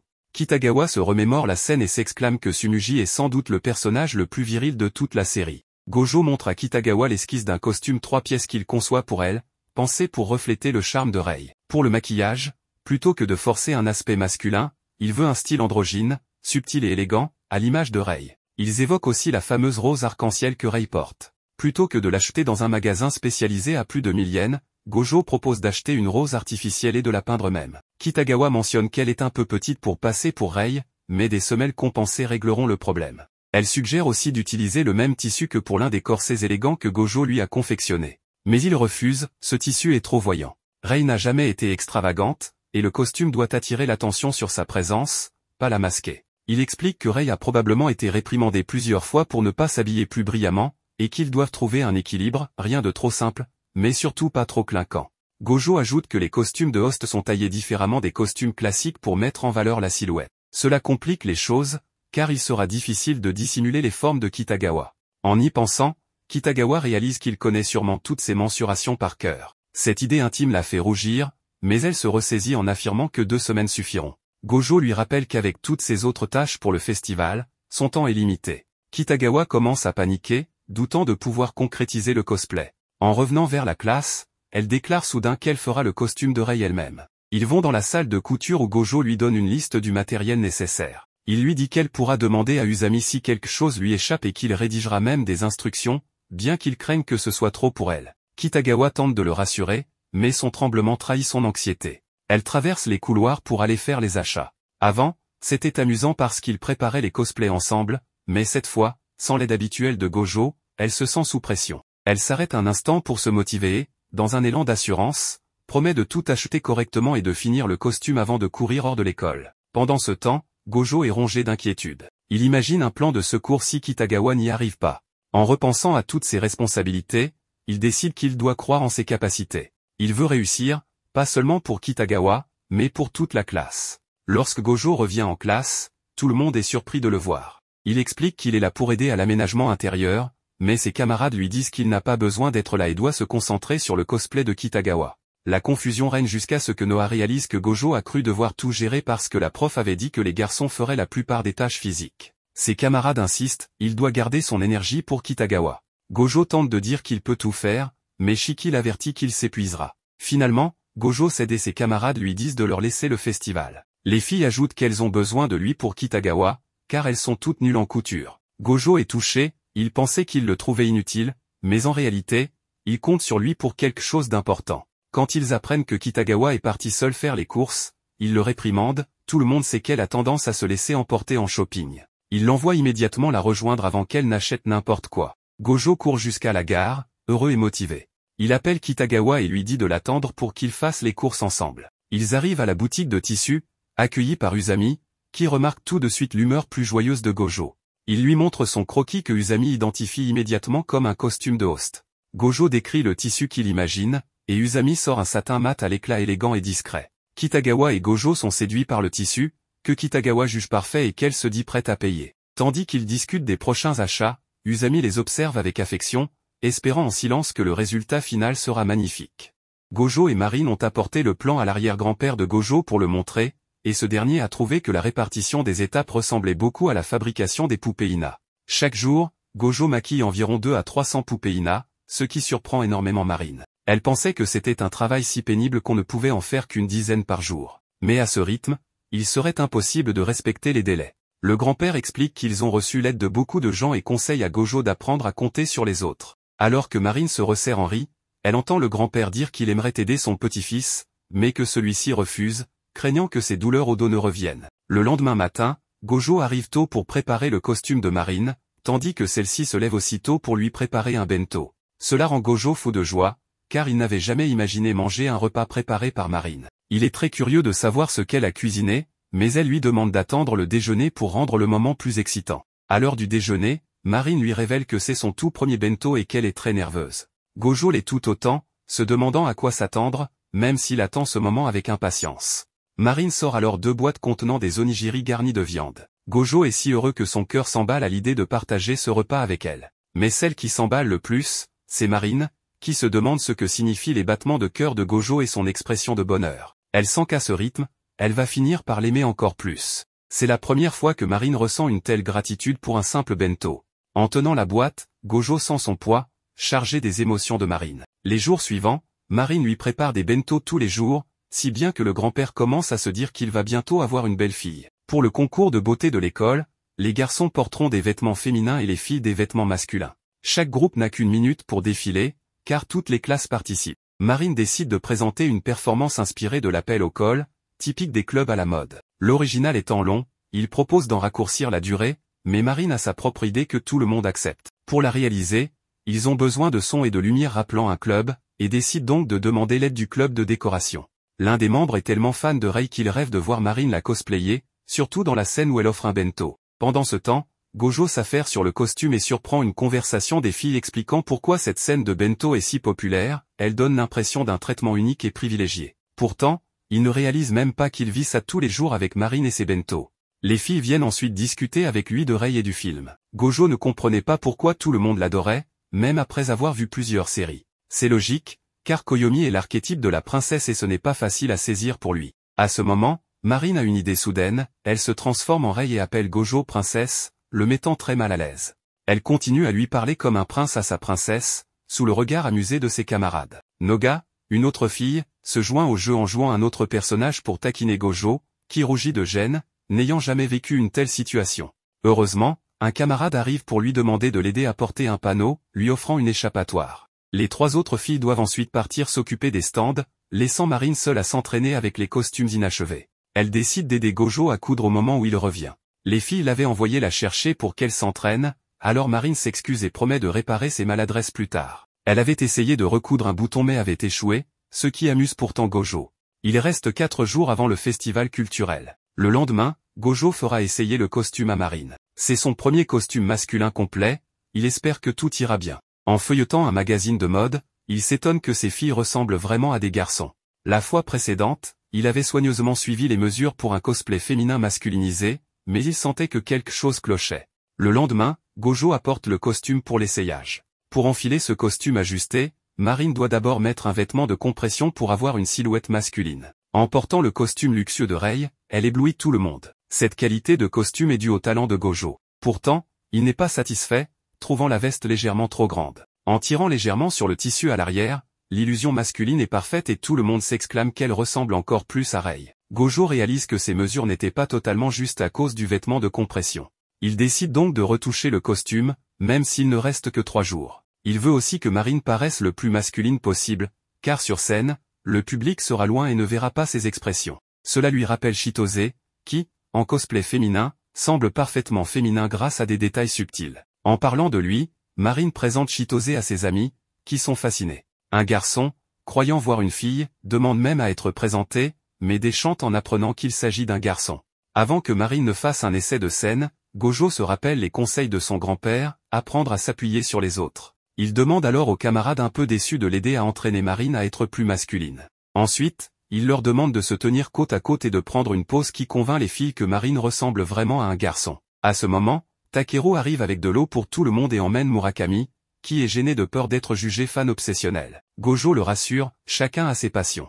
Murakami prend donc une photo souvenir. Il l'avait promise à sa petite sœur en lui disant qu'un ami faisait un costume de Rei. Mais il photographie surtout le costume, ce qui frustre Marine, car il n'a même pas capturé son visage adorable. Gojo rencontre des difficultés, car il n'arrive pas à bien réaliser la fleur qui fait partie du costume du personnage de Rei. Il essayait de la peindre à l'aérosol, mais tout est devenu flou. Ils ne peuvent pas non plus acheter la vraie fleur, car elle coûte trop cher, environ 1000 yens. Certaines camarades viennent voir Kitagawa, qui a toujours sa poitrine normale, car Noah avait dit qu'avant de mettre le costume, Kitagawa était complètement plate. Sera remarque qu'ils ont des problèmes avec la fleur et dit qu'elle a un plan, qu'elle sait comment faire. Mais d'abord, ils doivent tous aller dans la salle de laboratoire, et elle doit faire quelques courses.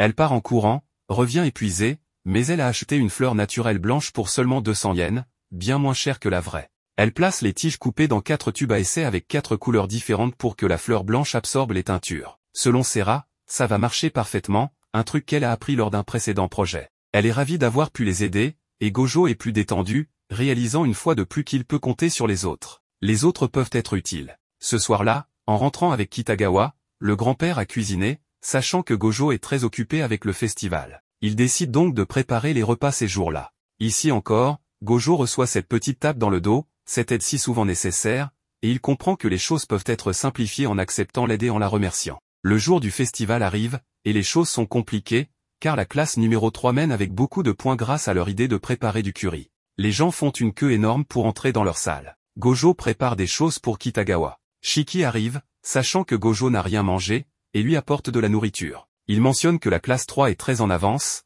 que la compétition pour les points est serrée, et qu'il ne reste plus que le concours où Kitagawa va participer. Tout le travail de Gojo peut donc déterminer si leur classe gagne ou non. Il est aussi reconnaissant envers Shiki pour la nourriture. Kitagawa est un peu inquiète, mais très confiante.